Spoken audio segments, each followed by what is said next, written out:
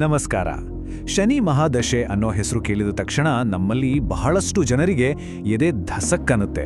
ಹಾಗಿದ್ರೆ ಈ 19 ವರ್ಷಗಳ ಸುದೀರ್ಘ ಪಯಣ ಏನಿದು? ಇದು ನಿಜಕ್ಕೂ ಒಂದು ಶಾಪಾನ ಅಥವಾ ನಮ್ಮ ಬದುಕಿಗೆ ಸಿಗುವ ಅತಿ ದೊಡ್ಡ ತರಬೇತಿಯ? ಬನ್ನಿ ಇದರ ಬಗ್ಗೆ ಸ್ವಲ್ಪ ಆಳವಾಗಿ ಮಾತಾಡೋಣ. ಸಾಮಾನ್ಯವಾಗಿ ಶನಿ ಮಹಾದಶೆ ಅಂದರೆ ಕಷ್ಟ, ಕಣ್ಣೀರು, ನಷ್ಟ ಅಂತಲೇ ಭಾವಿಸ್ತೀವಿ ಅಲ್ವಾ? ಈ ಸಮಯದಲ್ಲಿ ಎಲ್ಲವೂ ಕೈತಪ್ಪಿ ಹೋಗುತ್ತೆ, ಸಂಬಂಧಗಳೆಲ್ಲ ಹಾಳಾಗುತ್ತೆ ಅನ್ನೋ ಒಂದು ನಂಬಿಕೆ ನಮ್ಮಲ್ಲಿ ತುಂಬ ಆಳವಾಗಿ ಬೇರೂರಿದೆ. ಆದರೆ ಇದೆಲ್ಲ ಪೂರ್ತಿ ಸತ್ಯನಾ? ಬಹುಶಃ ನಾವು ಇದನ್ನು ನೋಡೋ ದೃಷ್ಟಿಕೋನವನ್ನೇ ಸ್ವಲ್ಪ ಬದಲಾಯಿಸ್ಕೊಳ್ಬೇಕೇನೋ. ಇದೊಂದು ಶಿಕ್ಷೆ ಅಂತ ಅಂದುಕೊಳ್ಳುವ ಬದಲು ನಮ್ಮನ್ನು ಇನ್ನಷ್ಟು ಸ್ಟ್ರಾಂಗ್ ಮಾಡೋ, ಲೈಫಿನ ನಿಜವಾದ ಸತ್ಯವನ್ನು ಪರಿಚಯಿಸೋ ಒಂದು ಟ್ರೈನಿಂಗ್ ಅಂತ ಯಾಕೆ ಅಂದುಕೋಬಾರ್ದು? ಹೌದು, ಈ ಇಡೀ ವಿಶ್ಲೇಷಣೆಯ ತಿರುಳೇ ಇದು. ಸರಿ, ಹಾಗಿದ್ರೆ ಶನಿಯ ನಿಜವಾದ ಸ್ವರೂಪ ಏನು ಅಂತ ಅರ್ಥ ಮಾಡ್ಕೊಳ್ಳೋಕ್ಕೆ ಟ್ರೈ ಮಾಡೋಣ. ಈ ಜನಪ್ರಿಯ ತಪ್ಪು ಕಲ್ಪನೆಗಳನ್ನೆಲ್ಲ ಸ್ವಲ್ಪ ಬದಿಗಿಟ್ಟು ಶನಿಯ ಪಾತ್ರ ನಿಜವಾಗಿಯೂ ಏನು ಅಂತ ನೋಡೋಣ ಬನ್ನಿ. ಮೂಲದಲ್ಲಿರುವ ಈ ಮಾತು ಎಷ್ಟು ಪವರ್ಫುಲ್ ಆಗಿದೆ ನೋಡಿ. ಅಂದರೆ ನಾವು ಶತ್ರು ಅಂತ ಏನು ಅಂದುಕೊಂಡಿದ್ದೇವೆಯೋ ಅದು ವಾಸ್ತವದಲ್ಲಿ ನಮ್ಮನ್ನ ತಿದ್ದಿ ತೀಡಿ ಸರಿ ದಾರಿಗೆ ತರುವ ಒಬ್ಬ ಕಟ್ಟುನಿಟ್ಟಿನ ಟೀಚರ್ ಅಂತೆ. ಈ ಒಂದು ಪಾಯಿಂಟ್ ಇದೆಯಲ್ಲ, ಇದು ಇಡೀ ಚರ್ಚೆಯ ದಿಕ್ಕನ್ನೇ ಬದಲಾಯಿಸ್ಬಿಡುತ್ತೆ. ಈ 19 ವರ್ಷದ ಜರ್ನಿ ಬಗ್ಗೆ ಇರುವ ಕಟ್ಟುಕಥೆಗೂ ರಿಯಾಲಿಟಿಗೂ ಇರುವ ವ್ಯತ್ಯಾಸವನ್ನ ಇಲ್ಲಿ ಕ್ಲಿಯರ್ ಆಗಿ ನೋಡಬಹುದು. ಅದೊಂದು ಭಯದ ಮೂಲ ಅಂದ್ಕೊಳ್ಳೋ ಬದಲು ನಮ್ಮಲ್ಲಿ ಶಿಸ್ತನ್ನು ತರುವ ಒಂದು ಮೂಲ ಅಂತ ನೋಡಬೇಕು. ನಷ್ಟದಾವಧಿ ಅನ್ನೋ ಬದಲು ಗೌರವವನ್ನು ಗಳಿಸೋಕೆ ಇದೊಂದು ದಾರಿ ಅಂತಾನೂ ಯೋಚಿಸಬಹುದು. ಸರಿ, ಈ ಗುರು ನಮಗೆ ಯಾವ ಪ್ರಿನ್ಸಿಪಲ್ ಮೇಲೆ ಪಾಠ ಕಲಿಸ್ತಾನೆ ಅದನ್ನು ಅರ್ಥ ಮಾಡ್ಕೊಂಡ್ರೆ ಶನಿ ಹೇಗೆ ಕೆಲಸ ಮಾಡ್ತಾನೆ ಅನ್ನೋದು ನಮಗೆ ಕ್ಲಿಯರ್ ಆಗಿ ಗೊತ್ತಾಗುತ್ತೆ. ಶನಿಯನ್ನು ಅರ್ಥ ಮಾಡ್ಕೊಳ್ಳೋದಕ್ಕೆ ಮೊದಲನೇ ಸ್ಟೆಪ್ ಅಂದರೆ ಕರ್ಮ ಸಿದ್ಧಾಂತವನ್ನು ತಿಳಿದುಕೊಳ್ಳುವುದು. ತುಂಬ ಸಿಂಪಲ್ ಆಗಿ ಹೇಳೋದಾದರೆ, ನಾವು ಏನು ಬಿತ್ತುತ್ತೇವೆಯೋ ಅದನ್ನೇ ಬೆಳೆಯುತ್ತೇವೆ ಅಷ್ಟೇ. ಇಲ್ಲಿರೋ ಕ್ರೆಡಿಟ್ ಕಾರ್ಡ್ ಅನಾಲಜಿ ಶನಿಯ ಪಾತ್ರವನ್ನು ಅದ್ಭುತವಾಗಿ ವಿವರಿಸುತ್ತೆ. ನೋಡಿ, ನಾವು ಹಿಂದೆ ಮಾಡಿದ ಕೆಲಸಗಳೆಲ್ಲ ಕ್ರೆಡಿಟ್ ಕಾರ್ಡ್ ಸ್ವೈಪ್ ಮಾಡಿ ಖರ್ಚು ಮಾಡಿದ ಹಾಗೆ. ಆಮೇಲೆ ಒಂದಿನ ಆ ಖರ್ಚಿನ ಬಿಲ್ ಬರುತ್ತಲ್ಲ, ಅದೇ ನಮ್ಮ ಕರ್ಮದ ಫಲ. ಇಲ್ಲಿ ಶನಿಯ ಕೆಲಸ ಏನು ಗೊತ್ತಾ? ಆ ಬಿಲ್ ತಂದು ನಮ್ಮ ಕೈಗಿಡೋ ಕಲೆಕ್ಷನ್ ಏಜೆಂಟ್ ಕೆಲಸ ಅಷ್ಟೇ. ಅಂದರೆ ಸಾಲ ಮಾಡಿದ್ದು ನಾವೇ, ಶನಿ ಅದನ್ನು ವಸೂಲಿ ಮಾಡೋಕೆ ಬಂದನು ಅಷ್ಟೇ. ಸರಿ, ಹಾಗಿದ್ರೆ ಈ ಬಿಲ್ ಕಲೆಕ್ಷನ್ ಪ್ರೋಸೆಸ್ ಹೇಗಿರುತ್ತೆ? ಇದು ಸುಮ್ಮನೆ ಆಗಲ್ಲ. ನಮ್ಮ ಬೆಳವಣಿಗೆಗೋಸ್ಕರವೇ ಡಿಸೈನ್ ಮಾಡಿರುವ 3 ದೊಡ್ಡ ಪರೀಕ್ಷೆಗಳ ಮೂಲಕ ನಡೆಯುತ್ತೆ.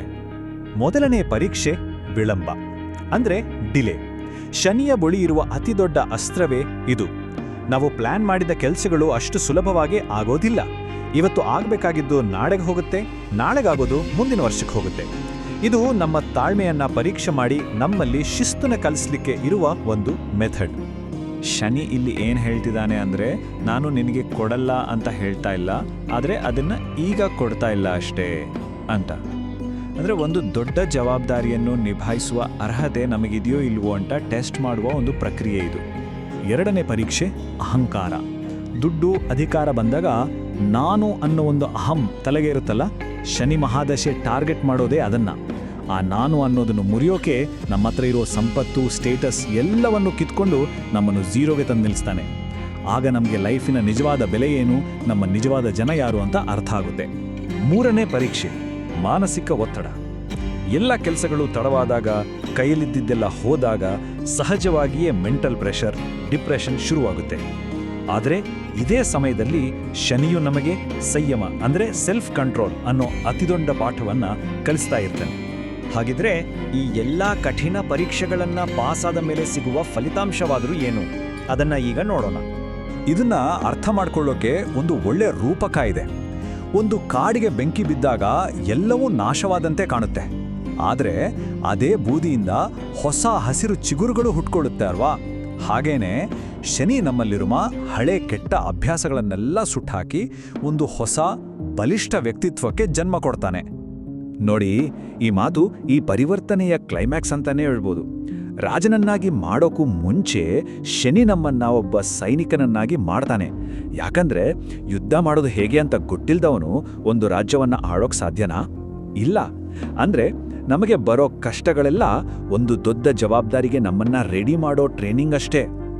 ಸರಿ, ಈ ಇಡೀ 19 ವರ್ಷಗಳ ಜರ್ನಿನ ಒಂದೇ ಒಂದು ಮಾತಿನಲ್ಲಿ ಹೇಳೋದಾದ್ರೆ ಹೇಗೆ? ಅದೇನೀಗ ನೋಡೋಣ. ಶನಿ ಮಹಾದಶೆ ಅನ್ನೋದು ಒಂದು ಫಿಲ್ಟರ್. ಅದರ ಕೆಲಸ ಏನು? ನಮ್ಮ ಲೈಫಲ್ಲಿರೋ ಎಲ್ಲ ಕಸ ಕಡ್ಡಿಗಳನ್ನು ತೆಗೆದುಹಾಕಿ ಶುದ್ಧವಾದ ಸಾರವನ್ನು ಮಾತ್ರ ಉಳಿಸೋದು. ಇದೊಂದು ಪ್ಯೂರಿಫಿಕೇಷನ್ ಪ್ರಾಸೆಸ್, ಪನಿಷ್ಮೆಂಟ್ ಅಲ್ಲ. ಕೊನೆಯದಾಗಿ ಈ ಪಯಣದಲ್ಲಿ ನಾವು ನೆನ್ಪಿಟ್ಕೋಬೇಕಾದ ಕೆಲವು ಪ್ರಮುಖ ತತ್ವಗಳನ್ನು ನೋಡೋಣ. ಕಳ್ತನ, ಸುಳ್ಳು, ಮೋಸದಿಂದ ದೂರ ಇರುವುದು, ಕಷ್ಟಪಟ್ಟು ದುಡಿಯೋಕೆ ಸಿದ್ಧವಾಗಿರೋದು, ಸತ್ಯವಂತರಾಗಿ ವಿನಮ್ರವಾಗಿ ಇರುವುದು. ಎಲ್ಲಕ್ಕಿಂತ ಮುಖ್ಯವಾಗಿ ಶನಿ ಅನ್ನೋದು ಕೇವಲ ಒಂದು ಪ್ಲಾನೆಟ್ ಅಲ್ಲ, ಅದು ನಮ್ಮೊಳಗೆ ಇರುವ ನ್ಯಾಯದ ತತ್ವ ಅಂತ ಅರ್ಥ ಮಾಡ್ಕೊಳ್ಳುವುದು. ನೋಡಿ, ಸತ್ಯ ಮತ್ತು ಶ್ರಮದ ದಾರಿಯಲ್ಲಿ ನಡೆಯುವವರಿಗೆ ಶನಿ ಯಾವತ್ತೂ ಕೆಟ್ಟದ್ದು ಮಾಡೋದಿಲ್ಲ. ಈ ಒಂದು ಪ್ರಶ್ನೆಯೊಂದಿಗೆ ಈ ಚರ್ಚೆಯನ್ನು ಮುಗಿಸೋಣ. ಒಂದು ಗ್ರಹಕ್ಕೆ ಹೆದರಿ ಕೂರುವ ಬದಲು ನಾವು ಮಾಡುವ ಕೆಲಸಗಳ ಮೇಲೆ, ನಮ್ಮ ಕರ್ಮಗಳ ಮೇಲೆ ನಾವು ಗಮನ ಹರಿಸಿದರೆ ಹೇಗೆ?